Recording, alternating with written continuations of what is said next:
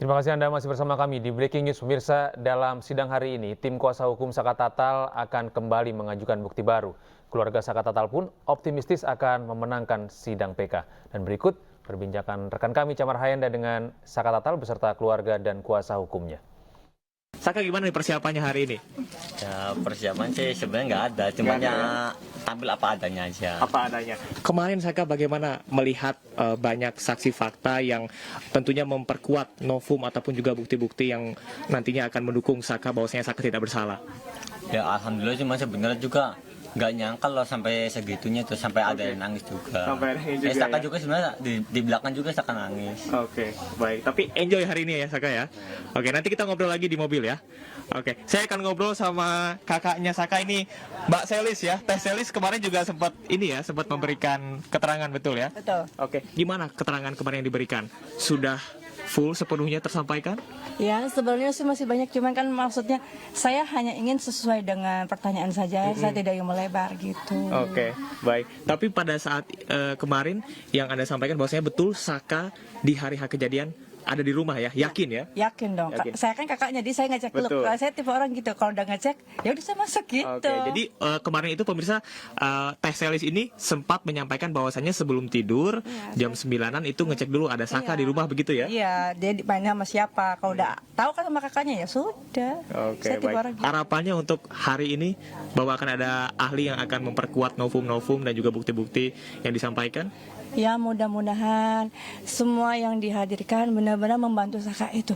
Dan membuat terang benderang, tolong Pak Presiden, Ya, buat hakim, punten ini ya, tolong jangan kejadian 2016 terulang kembali. Iya. Sekarang sudah terbuka, tolonglah. Kami hanya berharap ini benar-benar terang. Iya. Kami ingin nama baik adik saya kembali, itu saja. Ya, ini saya perlihatkan. Ini di atas ini bukan foto Vina ya, ini foto Widi.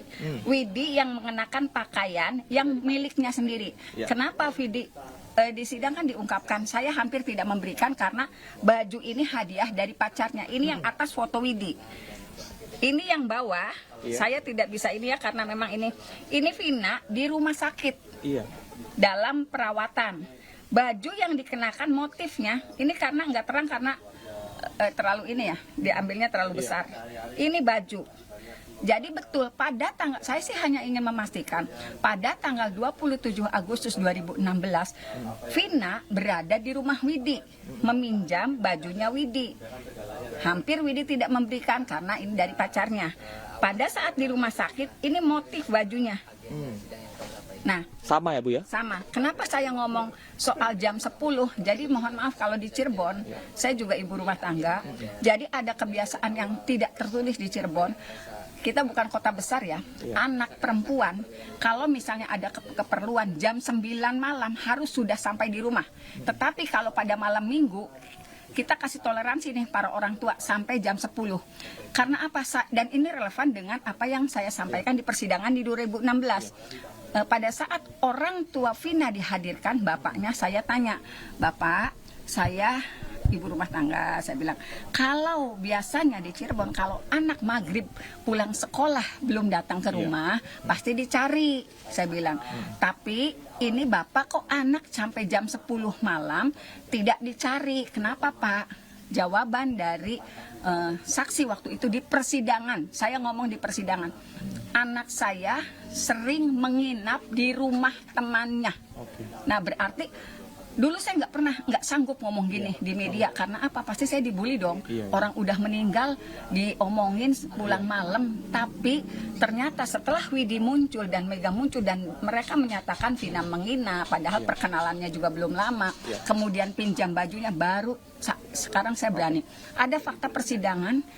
Ayahnya Vina mengatakan Vina jarang tidur di rumah dan sering menginap di rumah temannya. Ini terkonfirmasi. Artinya Ibu sudah ada komunikasi sebelumnya dengan orang tua Vina ya Bu ya? Bukan komunikasi, itu terungkap di persidangan. Oh, di persidangan. Di persidangan 2016. Saya ingat betul pertanyaan saya, kenapa kok anak sampai jam 10 malam tidak dicari? Gitu. Jadi jawabannya karena sering menginap di rumah temannya. Oke, kemarin kan sempat ada yang bilang bahwasanya kenapa sangat spesifik sekali 22.05 begitu Bu? Ya, karena kan berarti aturannya Widi, kalau jam 10 nggak enak kalau kan sama Karena dengan orang menginap di rumah orang lain begitu ya Bu ya? lain. Aturan kan kan sama, di Cirebon hampir sama begitu. Kalau anak perempuan jam 9, kalau ada keperluan apakah itu misalnya belajar bersama dan sebagainya, kamu jam 9 harus sudah pulang, sudah ada di rumah. Tapi kalau malam minggu kami semua ditoleransi sampai pukul 10. Makanya apa pertanyaan saya di persidangan dulu dengan keterangan Widi, ya memang itu kebiasaan kami gitu, terutama Ini foto Widi diberikan baru saja Ibu ya, 2 bulan yang lalu.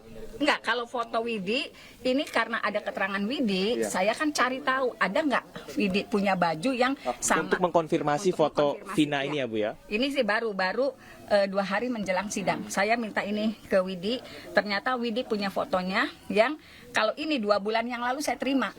Karena gini, ketika novum itu saya terima, salah satu diantaranya Vina mengenakan, mohon maaf, pakaian celana dalam dengan kondisi kaki kelihatan dan itu bersih. Cuman waktu saya terima novum itu dan sebelum saya serahkan ke keluarganya Saka, saya sempat nanya, kok ini bagian depannya kelihatan agak penuh ya, agak tinggi gitu. Nah ternyata terkonfirmasi ketika Widi dan Mega menyatakan Vina sedang menstruasi. Saya juga, oh pantesan. Jadi kegalauan saya ini kenapa ya ada seperti ada pembalut gitu. Dan ada fakta bahwasannya Vina menggunakan pembalut begitu ya Bu ya? Dan meminjam uang 50.000 itu Bu ya?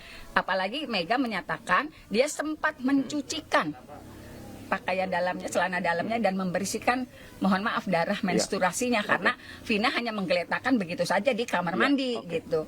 Dan terkonfirmasi kenapa sih dulu hasil visumnya seperti ada perdarahan. Oh, perdarahannya berarti perdarahan menstruasi. Ibu, yang ingin saya konfirmasi bahwasanya sampai dengan pukul 22.05 waktu Indonesia Barat ini masih ada komunikasi, sedangkan di BAP sebelumnya itu 21.00 sudah mulai ada pengejaran dan juga percobaan pembunuhan begitu. Itu yang tidak relevan begitu ya Bu ya? Iya, karena kalau misalnya Vina masih berkomunikasi seperti yang terungkap di persidangan kemarin di pukul 22.05 sampai 22.00 sebelum setengah 11, sementara dalam kesaksian Liga Akbar yang belum dicabut kan 21.15 aja saya dulu masih tanda tanya, apa mungkin gitu 45 menit ada peristiwa yang luar biasa.